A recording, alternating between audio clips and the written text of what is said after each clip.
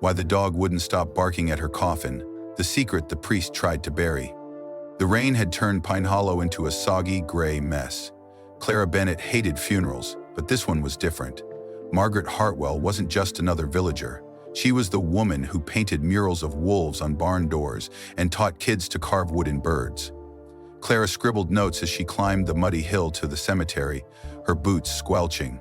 "Local artist funeral draws crowd despite storm," she muttered, practicing her article's opening line. The villagers huddled under black umbrellas, their faces pale as ghosts. At the front, Father Thomas Walsh droned on about eternal peace, his voice as dull as the rusted church bell. Clara edged closer, her reporter instincts prickling. Something felt off. The priest's hands trembled as he gripped the Bible. The coffin, carved from dark oak, creaked in the wind like it was alive. Then the barking started. A black and white border collie lunged at the coffin, paws slashing mud. "Shadow, no!" a woman yelled, yanking his collar. But the dog broke free and planted himself in front of the coffin, barking like the world was ending. The villagers recoiled. Clara froze. This wasn't grief. Shadow was growling at the coffin, low and steady, his teeth bared. Father Thomas's face turned sickly white. "Control that beast," he snapped, slamming his Bible shut. Shadow's barks grew louder, sharper. The priest wiped sweat from his brow, avoiding the coffin's gaze. Clara's pulse quickened. Why is he scared of a dog?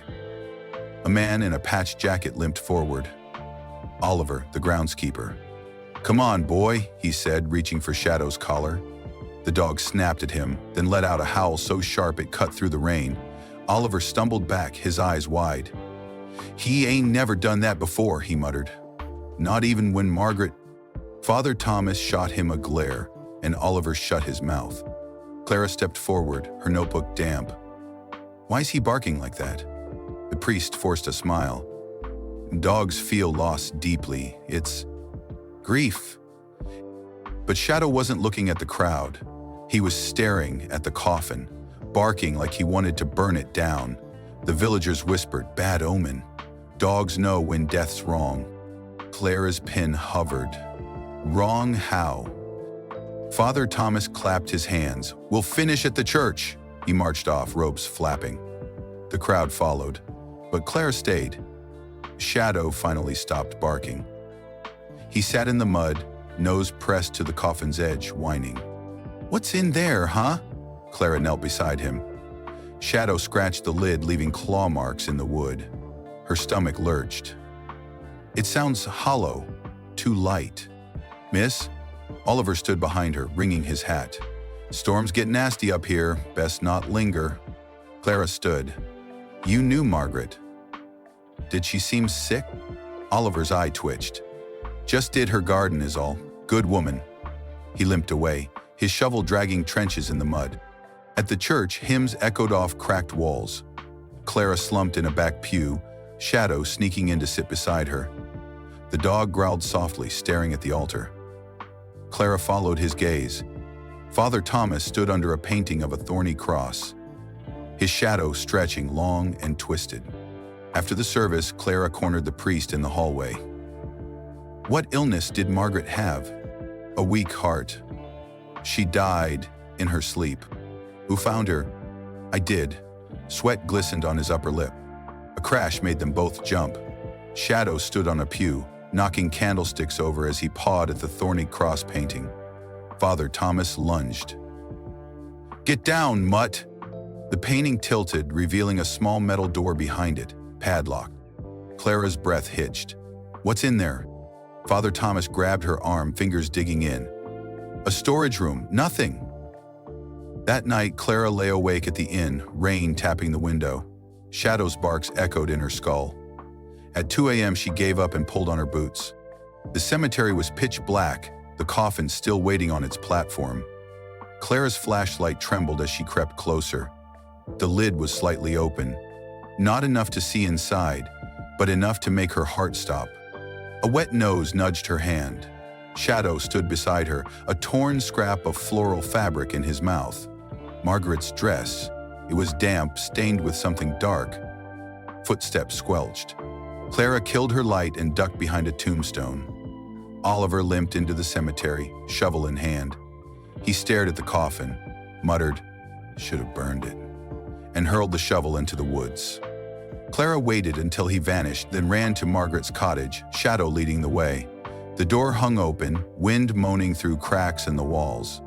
Paintings of twisted oaks and stormy skies covered every surface. Shadow scratched at a loose floorboard by the fireplace. Beneath it lay a leather journal. Clara opened it. The last entry screamed in shaky cursive, "He knows I found the ledger. If anything happens to me, follow Shadow. The oak knows the truth." A rusty key fell out, stamped with a tiny cross. Shadow barked once, then bolted into the rain. Clara pocketed the key. Somewhere in Pine Hollow, a coffin sat, too light to hold a body, and a priest's shadow stretched too long to be holy. Clara's fingers trembled as she gripped the rusty key. Rain pounded the cottage roof, and Shadow paced by the door, whining, "Follow Shadow. The oak knows the truth." She flipped through Margaret's journal again, stopping at a sketch of a gnarled oak tree with roots coiled around a cross, the old oak in the cemetery. "Show me, boy," she whispered. Shadow bolted into the storm, Clara chasing his black and white tail through the muddy streets. The cemetery gates groaned in the wind. Her flashlight beam bounced off gravestones until it lit the massive oak at the hill's peak. Its trunk twisted, branches clawing the sky like skeletal hands. Shadow dug furiously at its base, dirt flying. "What's here?" Clara dropped to her knees, scraping mud with her hands. Her nails hit metal. She pulled out a rusted locket, its chain broken. Inside was a faded photo. Margaret and Father Thomas stood by the church, but Margaret wasn't smiling. Her eyes were wide, her mouth a tight line. Behind them, a shadowy figure lurked in a window. Oliver. Under the photo was a slip of paper. Clara's breath caught. Numbers. Dates. Donations for roof repairs? $500, 0 cents. Donations for orphan fund? $1, 20 cents. The last entry made her blood freeze.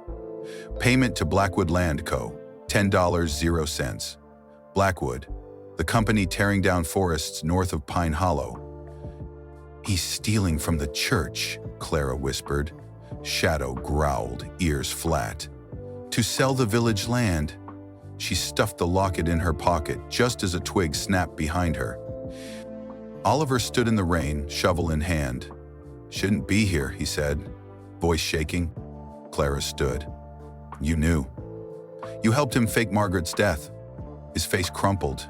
"He said she was going to ruin us, that the money was for the village. Then why bury an empty coffin?" Oliver flinched. "I didn't know she was alive.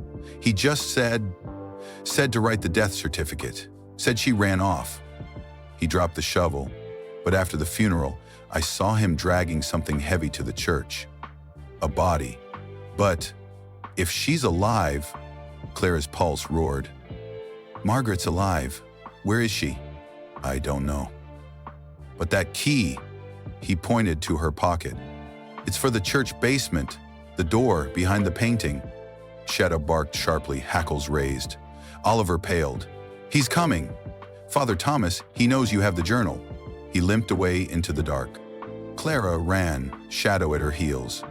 The church loomed ahead, its windows black. The padlocked door behind the thorny cross painting taunted her. She fumbled with the key. Click. The door creaked open, revealing stairs swallowed by shadows. "Stay close," she told Shadow. The steps groaned underfoot. The air smelled like wet stone and something sour. Blood? At the bottom, a flickering bulb lit a damp hallway. Chains rattled. A weak voice echoed. "Clara?" Her flashlight beam found Margaret chained to a pipe, her face bruised, dress torn. "You're alive!" Clara rushed to her. "He's coming back," Margaret rasped. "The money. He's working with Blackwood, selling the forest. I found the contracts." Heavy footsteps thudded above. Shadow snarled. "Take this." Margaret pressed a folded paper into Clara's hand. "Proof. Now run." Too late. Father Thomas blocked the stairs, a fire poker raised. "You shouldn't have stuck your nose in this." Shadow lunged, biting his arm. The priest screamed, dropping the poker. Clara grabbed it and swung. Thud. He crumpled. "Go," Margaret yelled. "The whole village is in danger." Clara and Shadow fled into the storm as the priest's shouts chased them. She unfolded the paper. A contract signed by Father Thomas, selling Pine Hollow's land to Blackwood. Tomorrow. She had one night to stop him. Clara's legs burned as she ran through the storm. The contract crumpled in her fist. Shadow kept pace beside her, barking at the wind. Blackwood arrives at dawn. The forest, the village, everything. She skidded into the village square, grabbed the church bell's rope and pulled. The clangs tore through the night. "Wake up," she screamed. "He's lying to you." Doors creaked open, lanterns flickered to life, casting shaky light on sleepy faces. Mrs. Hale stumbled out in her nightgown. "Child, what's wrong?" Clara climbed onto a wagon, rain soaking her hair. "Father Thomas stole your money. He's selling the forest to Blackwood tomorrow." Gasps rippled through the crowd. A man shouted, "Prove it." She held up the contract. "Margaret's alive." "He locked her in the church basement." Old Mr. Porter stepped forward, his voice shaking. "Margaret's alive?" "Yes, and he's working with Blackwood to destroy your homes." The crowd erupted. Angry shouts, cries of betrayal. A woman sobbed. "He baptized my son last month." "We have to save Margaret," Clara yelled. "Follow me." They surged up the hill like a flood. Farmers with pitchforks, mothers with lanterns, kids clutching kitchen knives. Shadow led the charge, barking wildly. Clara's heart raced. What if he's hurt her? What if we're too late? The church loomed ahead, its windows black. Clara shoved the doors open. Father Thomas stood at the altar, a fire poker in his hand. "Stop this madness," he roared. "You'd trust a stranger over your priest?" The villagers hesitated. Clara stepped forward. "Show them the basement." His eyes darted to the thorny cross painting. "Lies. She's poisoning your minds." Shadow lunged, snarling. The priest stumbled back, tripping over a prayer bench. Clara ripped the painting down, revealing the metal door. "Open it!" Oliver pushed through the crowd, trembling.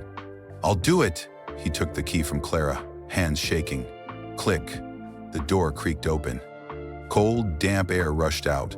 Lantern light spilled down the stairs. At the bottom, Margaret sat chained to a pipe, her face bruised but fierce. "He took everything," she croaked. The villagers gasped. Mrs. Hale rushed to her, tears streaming. "We thought you were gone." Father Thomas tried to bolt, but Shadow blocked the stairs, teeth bared. The priest spun toward Clara, desperate. "You don't understand. The church was dying. The money. It was for them. By destroying their homes, their history."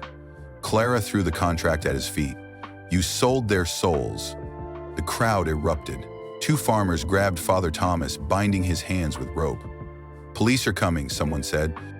Margaret clung to Clara as they stepped into the rain. "Thank you, but it's not over. Blackwood arrives at dawn." Clara's stomach dropped. The forest. The first light of dawn crept over Pine Hollow, painting the sky in pale gold. Clara stood at the edge of the forest with the villagers, her hands clenched around the contract.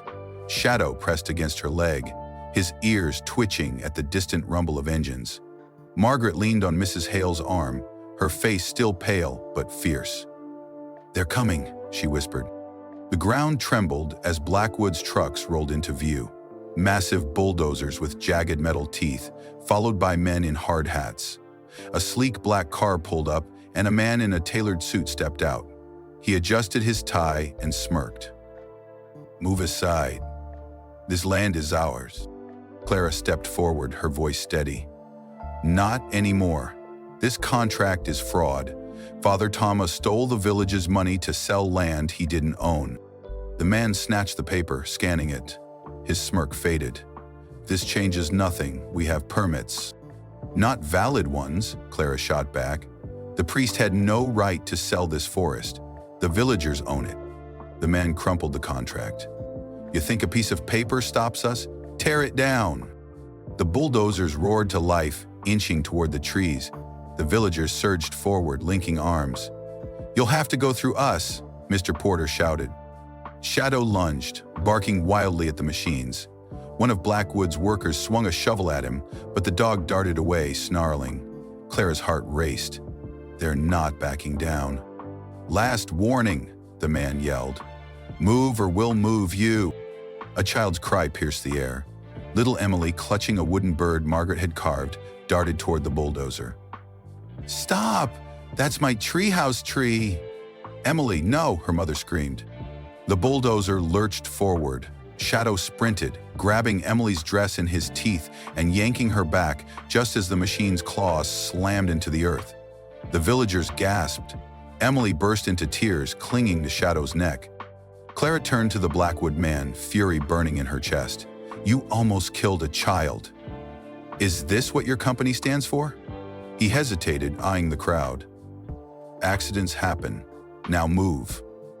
"Not today," a voice boomed.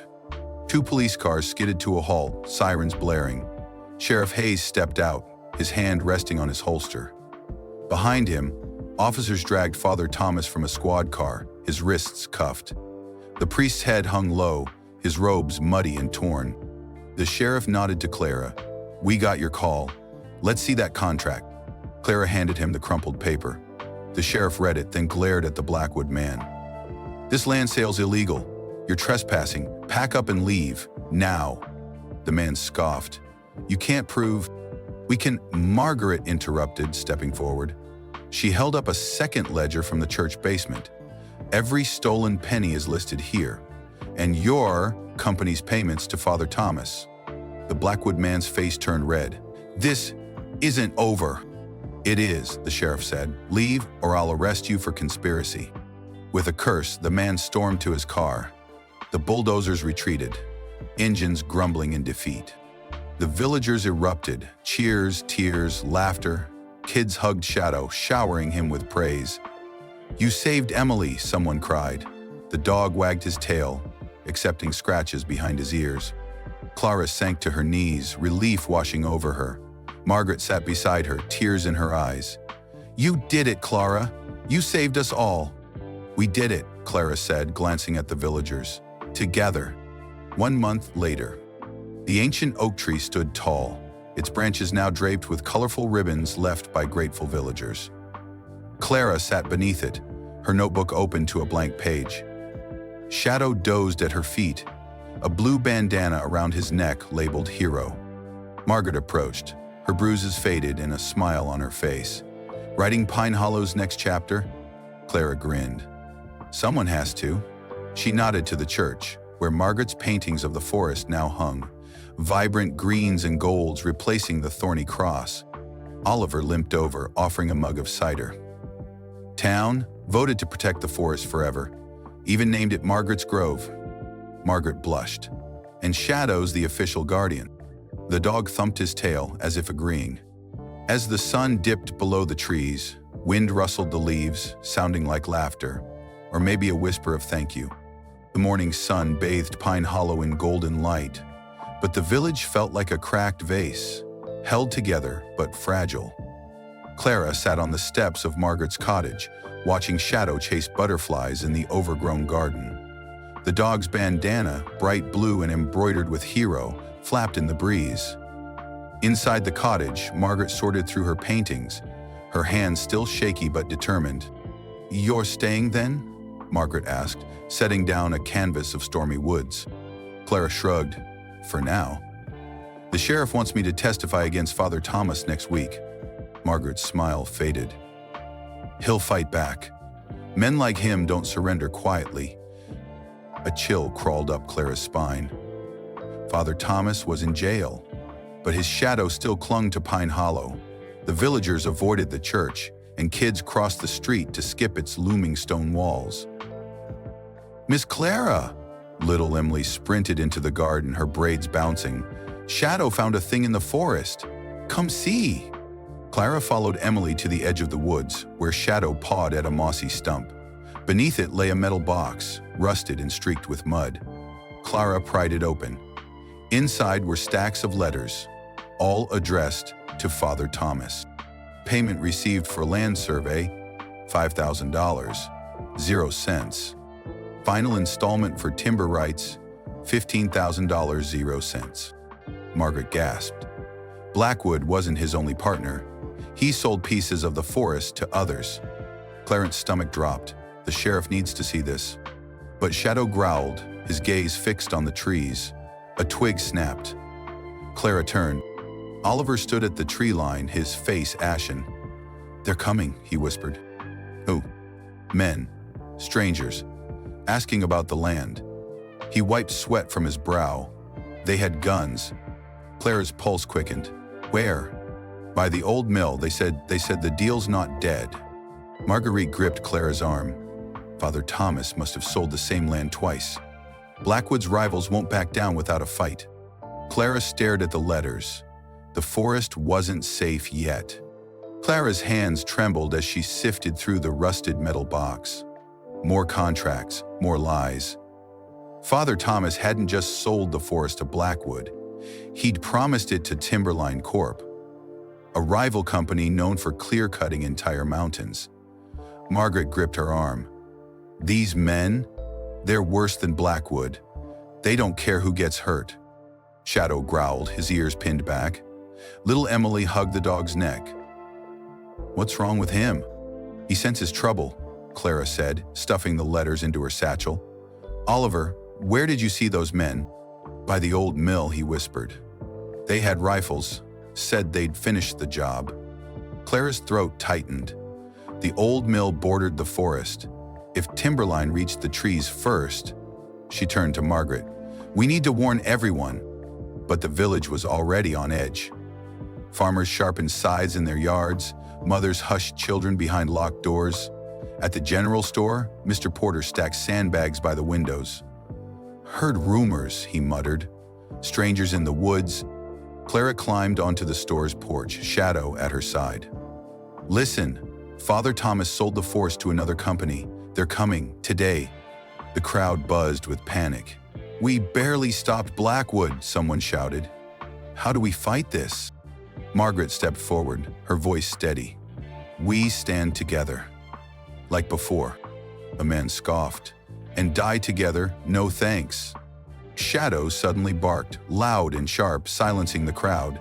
He trotted to the edge of the square, nose twitching. Clara followed his gaze. A black truck rolled into the village, its windows tinted. "Get back," Clara hissed, shoving Emily toward her mother. The truck stopped. Two men stepped out. Thick boots, camo jackets, rifles slung over their shoulders. The taller one spat tobacco onto the road. "We're here for the timber. Which one of you's in charge?" Clara stepped forward. "There's no timber deal. Leave." The man grinned, revealing stained teeth. "The priest took our money. The land's ours." "The priest's in jail," Clara shot back. "And you're trespassing." The man's grin faded. He pulled a folded contract from his pocket. "Signed and paid for. We're taking those trees, today." The villagers froze. Clara's mind raced. "They have guns. We have pitchforks." Margaret stepped beside her. "There's another way. Let's talk." The man laughed. "Talk? Lady, we're done talking." He nodded to his partner, who unloaded a chainsaw from the truck. Shadow lunged, barking wildly. The man swung the chainsaw, its engine roaring to life. "Control your mutt, or I'll turn him into pulp." "Shadow, no!" Clara grabbed his collar, yanking him back. The dog snarled, eyes locked on the men. "Last chance," the man said. "Walk away, or we walk over you." Mr. Porter stepped forward, his pitchfork shaking. "This is our home. You're not." A gunshot cracked the air. The pitchfork splintered in Mr. Porter's hands. The villagers screamed, scrambling for cover. "Next one's in your skull," the man said, aiming his rifle. Clara's heart pounded. Think, think, think. She glanced at Oliver, who stood frozen at the edge of the crowd. "The mill," she mouthed. "Distract them." Oliver's eyes widened. He nodded, then limped away. Clara turned to the men, raising her hands. "Wait! The forest!" "There's something you should know." The taller man lowered his rifle. "Talk fast." "The trees are diseased," she bluffed. Rotting from the inside. Worthless. He frowned. Bullshit. Check for yourself, Clara said, praying Oliver would hurry. The big oak, it's full of termites. The men exchanged glances. Fine. Show us. Clara led them toward the forest, Shadow at her heels. Every step felt like walking on knives. Where's Oliver? As they reached the tree line, a distant boom shook the ground. The old mill exploded into flames, orange tongues licking the sky. What the? The men spun toward the smoke. Now, Clara yelled. Villagers surged from the trees, swinging brooms and shovels. Shadow lunged, sinking his teeth into the rifleman's leg. The man howled, dropping his gun. Clara grabbed it, her hands slick with sweat. Run, she screamed at the men, or the next fire's on you. The men cursed, dragging their injured partner to the truck. This ain't over. As the truck peeled away, Clara collapsed against a tree, her legs jelly. Oliver limped out of the smoke, his face streaked with soot. Did it work? Margaret hugged him. You saved us. But Clara stared at the burning mill. Timberline would be back, and next time, they'd come prepared. The smell of smoke clung to Pine Hollow long after the mill burned to ashes. Clara stood at the forest's edge, staring at the charred remains. Shadow nuzzled her hand, his bandana dusty but still bright blue. They'll be back, she whispered. And next time, they'll bring more than chainsaws. Margaret joined her, clutching a lantern. We need a plan, something permanent. Clara nodded. The forest needs a voice, a legal voice. She pulled out the contracts from the metal box. These prove Father Thomas sold the land illegally. If we take them to the city, a judge can stop Timberline forever. But the city's 2 days' ride, Margaret said, and Timberline's already here. A rumble echoed in the distance. Trucks, dozens of them. Clara's heart sank. They're early. The villagers gathered at the forest's edge, armed with shovels, axes, and hunting rifles. Shadow paced, growling at the approaching headlights. Clara climbed onto a stump, her voice steady. This isn't just about trees, it's about home. If we lose this fight, we lose everything. Mr. Porter loaded his rifle. We'll hold him off. You get those papers to the city. No, Clara said. I'm staying. Oliver, you go, take the contracts, ride fast. Oliver's hand shook as he took the satchel. I ain't no hero. Margaret gripped his shoulder. You are today. He nodded, limping to a horse tethered nearby. Timberline's trucks rolled in, men pouring out with chainsaws and rifles. Their leader, a scar-faced man, smirked. Last warning, walk away, or we bury you with the trees. Clara stepped forward. You'll have to go through us first. The man spat. Fine. Tear it down. Chainsaws roared, bulldozers lurched forward. Shadow erupted into frenzied barks, darting between wheels, biting at the men's legs. A worker swung a shovel, but the dog dodged, leading him into a thorny thicket. Focus on the machines, Clara yelled. Villagers hurled rocks at the bulldozers, shattering windshields. A Timberline man tackled Clara, pinning her to the dirt. You're done, girl. Shadow lunged, sinking his teeth into the man's arm. He screamed, releasing Clara. She scrambled up, gasping. Good boy. But the bulldozers kept advancing. One clawed into the earth, uprooting oak. The tree groaned, crashing down. Margaret screamed. It was her oak, the one she'd painted for years. No! Clara grabbed a rock, hurling it at the bulldozer's fuel tank. It bounced off harmlessly. Then, a whistle, a train horn blared in the distance. Oliver stood on the tracks, waving the satchel of contracts. Behind him, a line of police cars raced toward the village. The judge came, Oliver shouted. They're stopping Timberline. The scar-faced man cursed. Retreat, now! Timberline's men fled, trucks screeching away. The villagers erupted into cheers, hugging, crying, lifting Clara onto their shoulders. Shadow barked triumphantly, tail wagging. 1 year later, Clara sat beneath the saplings planted where the oak had fallen.